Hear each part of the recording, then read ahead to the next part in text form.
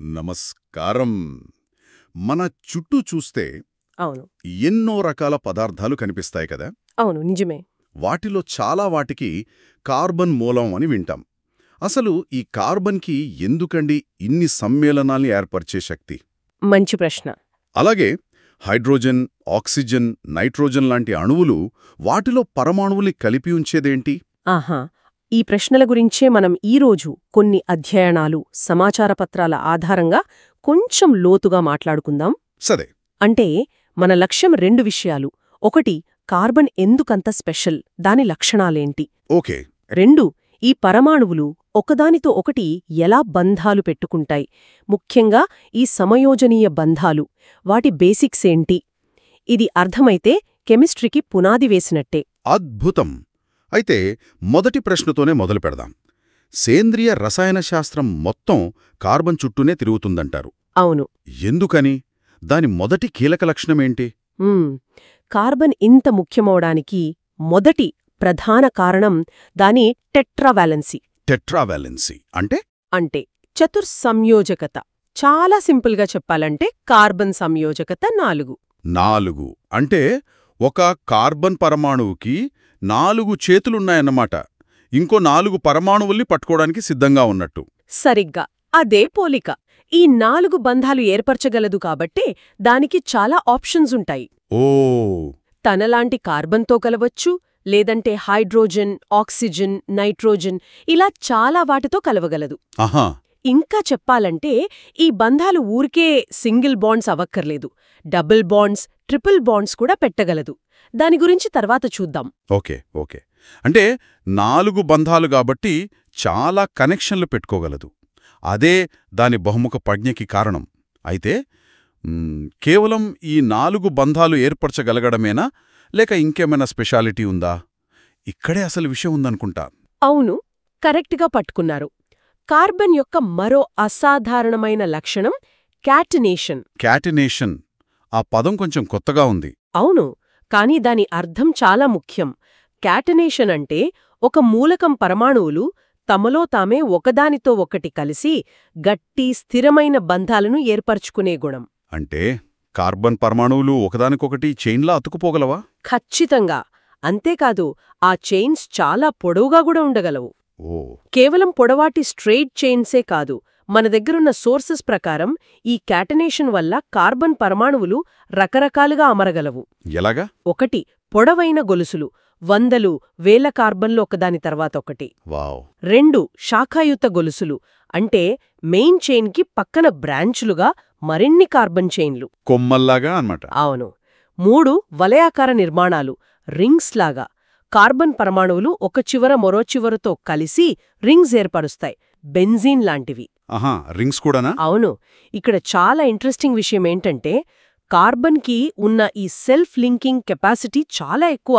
Silicon లాంటివి కూడా కొంచెం చూపిస్తాయి. సిలికానికి కూడా 4 బంధాలే కదా? అవును, దానికి కూడా టెట్రావాలెన్సీ ఉంది. కానీ సిలికాన్ బంధం, కార్బన్ బంధమంతా స్ట్రాంగ్ కాదు, స్టేబుల్ కాదు. ఓ, అలాగా? అందువల్ల సిలికాన్ అంత పెద్ద చైన్స్ లేదా స్టేబుల్ స్ట్రక్చర్స్ ఏర్పరచలేదు. కార్బన్ బంధం యొక్క ఆ బలం, ఆ స్థిరత్వమే ఈ వెరైటీకి అంతటికీ కారణం. అద్భుతం. టెట్రావాలెన్సీ, 4 బంధాలు, బలమైన క్యాటినేషన్, తనలో తాను బంధాలు, ఈ రెండూ కలిసి కార్బన్కి దాదాపు అన్లిమిటెడ్ నిర్మాణ అవకాశాలు ఇస్తున్నాయన్నమాట. అందుకే లక్షల కాంపౌండ్స్ ఉన్నాయా? కరెక్ట్. సరే, కార్బన్ ఇన్ని రకాలుగా బంధాలు ఏర్పరుస్తుందని తెలిసింది. కాని అసలు పరమాణువులు ఎలా బంధించుకుంటాయి? ఆ బంధం వెనుక మ్యాజిక్ ఏంటి? ఉదాహరణకి మనం ముందు చెప్పిన హైడ్రోజన్, ఆక్సిజన్, నైట్రోజన్ అణువులు, వాటిని ఏ శక్తి కలిపి ఉంచుతోంది? మన దగ్గరున్న సమాచారం ప్రకారం సమయోజనీయ బంధాల గురించి చూద్దామా? సరే, దీన్ని కొంచెం విడదీసి చెప్పండి. పరమాణువులను కలిపి ఉంచే బంధాల్లో చాలా ముఖ్యమైనది, ముఖ్యంగా ఆర్గానిక్ కంపౌండ్స్లో కనిపించేది సమయోజనీయ బంధం, కోవాలెంట్ బాండ్ అంటారు. Covalent bond. దీని వెనుకున్న ఐడియా చాలా సింపుల్. పంచుకోవడం, షేరింగ్. పంచుకోవడమా? అవును. 2 పరమాణువులు తమ బయటి కక్షల్లో ఉండే ఎలక్ట్రాన్లను ఒకదానితో ఒకటి షేర్ చేసుకోవడం ద్వారా ఏర్పడే బంధమే ఇది. పంచుకోవడం ఎందుకు? పరమాణువులకు ఆ అవసరమేంటి? మంచి ప్రశ్న అడిగారు. పరమాణువులకి కావలసింది స్థిరత్వం, స్టెబిలిటీ. స్టెబిలిటీ. అవును. కెమిస్ట్రీలో స్టెబిలిటీ అంటే సాధారణంగా వాటికి దగ్గరలో ఉన్న నోబుల్ గ్యాస్, జడవాయువు, ఎలక్ట్రాన్ కాన్ఫిగరేషన్ పొందడం. ఓ, నోబుల్ గ్యాసెస్ లాగా అవ్వాలనుకుంటాయా? ఎగ్జాక్ట్లీ. నోబుల్ గ్యాసెస్కి బయటి షెల్స్ నిండుగా ఉంటాయి. హీలియంకి 2, మిగతా వాటికి 8. అదే అష్టక నియమం, ఆక్టెట్ రూల్. అందుకే అవి చాలా స్టేబుల్గా, రియాక్టివ్గా లేకుండా ఉంటాయి. సరే. చాలా ఇతర పరమాణువుల బయటి షెల్స్ అలా నిండుగా ఉండవు. ఆ లోటును పూరించుకొని స్టేబుల్గా అవ్వడానికే అవి ఎలక్ట్రాన్లని ఇవ్వడం, తీసుకోవడం లేదా ఇలా పంచుకోవడం చేస్తాయి. అర్థమైంది. స్టెబిలిటీ కోసమే షేరింగ్ అంతా. మన దగ్గరున్న సమాచారం ప్రకారం ఈ షేరింగ్లో కూడా తేడాలున్నాయి కదా. ఏకబంధం, ద్విబంధం, త్రిబంధం అని. అవును, ఉన్నాయి. ముందు సింపుల్గా ఉండే ఏకబంధం అంటే సింగిల్ బాండ్ గురించి చెప్పండి. సింగిల్ బాండ్ని అర్థం చేసుకోవడానికి బెస్ట్ ఎగ్జాంపుల్ హైడ్రోజన్ అణువు H2 ఏర్పడటం. H2. హైడ్రోజన్ పరమాణు సంఖ్య 1, అంటే ఒకే ఎలక్ట్రాన్ ఉంటుంది. దాని వాలెన్సీ కూడా 1. దానికి దగ్గరి నోబుల్ గ్యాస్ హీలియం, He. హీలియంకి K షెల్లో 2 ఎలక్ట్రాన్స్ ఉండి స్టేబుల్గా ఉంటుంది. కాబట్టి ప్రతి హైడ్రోజన్ పరమాణువు హీలియంలాగా మారాలంటే దానికి ఇంకో ఎలక్ట్రాన్ కావాలి, అంతేనా? సరిగ్గా. ఇప్పుడు రెండో హైడ్రోజన్ పరమాణువులు దగ్గరకొచ్చినప్పుడు ఏదీ ఎలక్ట్రాన్ను ఇచ్చేదు, తీసుకోదు. బదులుగా రెండూ తమ దగ్గరున్న ఆ ఒక్కో ఎలక్ట్రాన్ను షేరింగ్కి పెడతాయి. ఓకే. ఈ 2 ఎలక్ట్రాన్లు కలిసి ఒక పేర్, ఒక జత అవుతాయి. ఈ ఎలక్ట్రాన్ జతను 2 హైడ్రోజన్లు సమానంగా పంచుకుంటాయి. అవును. ఈ షేర్ చేసుకున్న జత ఎలక్ట్రాన్లు 2 కేంద్రకాల మధ్య ఉంటూ వాటిని దగ్గరకు లాగి కలిపి ఉంచుతాయి.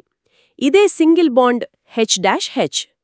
ఒక జత ఎలక్ట్రాన్ల షేరింగ్ అంటే ఒక సింగిల్ బాండ్ అన్నమాట. చాలా క్లియర్గా ఉంది.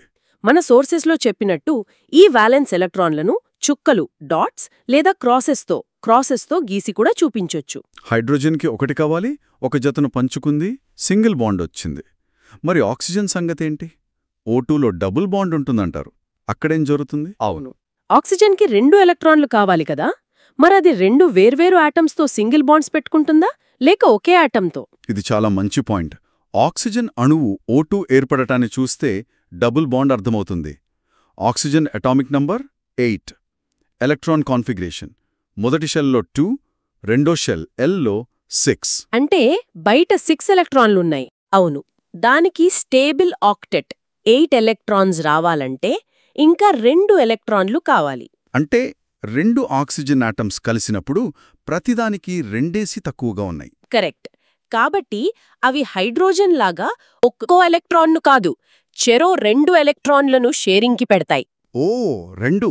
అంటే మొత్తం మీద 2 ఆక్సిజన్ల మధ్య 2 జతల ఎలక్ట్రాన్లు అంటే 4 ఎలక్ట్రాన్లు షేర్ అవుతాయి. ఆహా.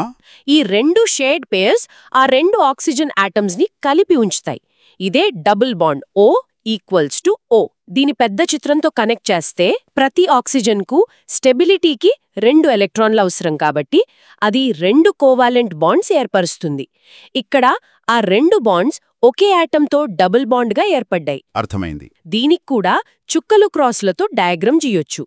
డబుల్ బాండ్స్ సింగిల్ బాండ్స్ కన్నా కొంచెం స్ట్రాంగ్గా, కొంచెం పొట్టిగా ఉంటాయి. ఒక జత పంచుకుంటే సింగిల్, 2 జతలు పంచుకుంటే డబల్. లాజిక్గా చూస్తే ఇక మిగిలింది ట్రిపుల్ బాండ్. అవును. నైట్రోజన్ అణువులో ఇదే ఉంటుందని చదివాను. అక్కడ ఎలా? మీ లాజిక్ కరెక్టే. ట్రిపుల్ బాండ్కి నైట్రోజన్ అణువు N2 perfect example. Nitrogen atomic number 7. Electron configuration Kలో 2, Lలో 5. అంటే బయట 5 ఉన్నాయి. స్టేబుల్ ఆక్టెట్ 8 రావాలంటే ప్రతి నైట్రోజన్కి ఇంకా 3 ఎలక్ట్రాన్లు కావాలి. సరిగ్గా. అందుకే 2 నైట్రోజన్ ఆటమ్స్ కలిసినప్పుడు ప్రతిదీ స్టెబిలిటీ కోసం తన దగ్గరున్న 3 వాలెన్స్ ఎలక్ట్రాన్లను షేరింగ్కిస్తుంది. 3. ఫలితంగా 2 నైట్రోజన్ల మధ్య 3 జతల ఎలక్ట్రాన్లు, మొత్తం 6 ఎలక్ట్రాన్లు షేర్ అవుతాయి. ఓకే. ఈ 3 షేడ్ పేర్స్ ఆ 2 ఆటమ్స్ని చాలా బలంగా కలిపి ఉంచుతాయి. ఇదే triple bond N3N.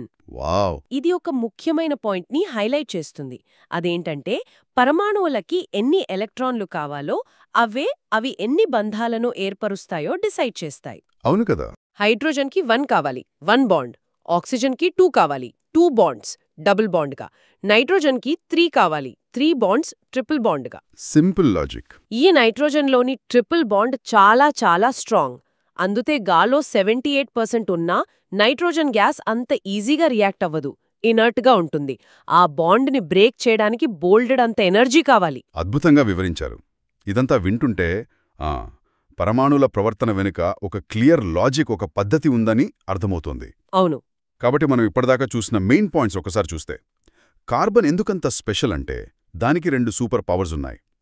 టెట్రావాలెన్సీ 4 bonds, catenation తనలాంటి వాటితో కలిసి పెద్ద పెద్ద చైన్స్, బ్రాంచెస్, రింగ్స్ ఏర్పరచుకునే కెపాసిటీ. కరెక్ట్. ఇక పరమాణువులు ఎలా కలిసి ఉంటాయంటే కోవాలెంట్ బాండ్, ఎలక్ట్రాన్ల షేరింగ్ వల్ల. షేర్ చేసుకునే పేర్స్ని బట్టి సింగిల్ H2, డబుల్ O2 లేదా ట్రిపుల్ N2 బాండ్స్. ఇదంతా atoms stability, noble gas configuration కోసమే. అంతే. కాబట్టి దీని అర్థమేంటంటే మనం చూసే అణువులు, మెటీరియల్స్ యొక్క బేసిక్ స్ట్రక్చర్ వెనుక ఉన్న ప్రిన్సిపల్స్ ఇవేనని, ముఖ్యంగా ఆర్గానిక్ వరల్డ్ ఇంత వైవిధ్యంగా ఉండటానికి కార్బన్ లక్షణాలే కారణమని చెప్పొచ్చా? నిస్సందేహంగా. మీరు చాలా బాగా సమరైజ్ చేశారు. కార్బన్ యొక్క టెట్రావేలెన్సీ, స్ట్రాంగ్ క్యాటినేషన్, ఇంకా సింగిల్, డబుల్, ట్రిపుల్ బాండ్స్ పెట్టగల సామర్థ్యం, ఈ కాంబినేషనే కెమిస్ట్రీలో, ముఖ్యంగా బయోకెమిస్ట్రీలో మనం చూసే అద్భుతమైన కాంప్లెక్సిటీకి పునాది వేసింది. నిజమే. మన బాడీలోని ప్రోటీన్లు, కార్బోహైడ్రేట్లు, ఫ్యాట్స్, చివరికి మన జెనెటిక్ మెటీరియల్ DNA, ఇవన్నీ కార్బన్ బేస్డ్ మ్యాక్రోమాలిక్యూల్సే కదా. వాటి స్ట్రక్చర్, ఫంక్షన్ అన్నీ ఈ బేసిక్ ప్రిన్సిపల్స్ మీదే ఆధారపడి ఉంటాయి. అవును. ఈరోజు చర్చతో కార్బన్ ఎందుకు కింగ్ మేకరో క్లియర్గా అర్థమైంది. దాని టెట్రావాలెన్సీ, కెటనేషన్, అలాగే H2, O2, N2 ఎగ్జాంపుల్స్తో covalent bonds, single, double, triple nature అర్థం చేసుకున్నాం. పరమాణువులు స్టెబిలిటీ కోసం వెతకడమే ఈ బాండ్స్ ఏర్పాటుకు డ్రైవింగ్ ఫోర్స్ అని కూడా చూశాం. ఈ ఫండమెంటల్ అండర్స్టాండింగ్ చాలా కాంప్లెక్స్ కెమికల్ విషయాలను అర్థం చేసుకోవడానికి హెల్ప్ అవుతుంది. ముగింపుగా వినేవారి కోసం ఒక ఆలోచనను రేకెత్తించే ప్రశ్నతో ముగిద్దాం. మన సోర్సెస్ ప్రకారం కార్బన్ పొడవాటి గొలుసులు, శాఖలు, వలయాలు ఏర్పరుస్తుందని చూశాం. అవును.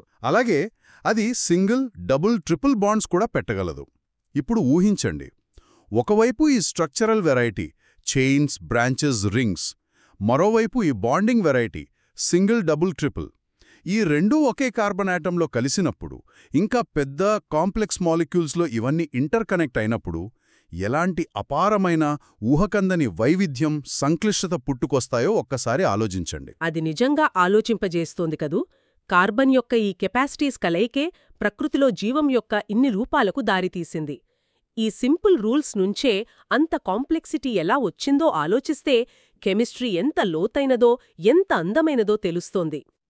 ఈ ఆసక్తికరమైన చర్చతో ఈనాటి విశ్లేషణను ఇక్కడితో ముగిద్దాం.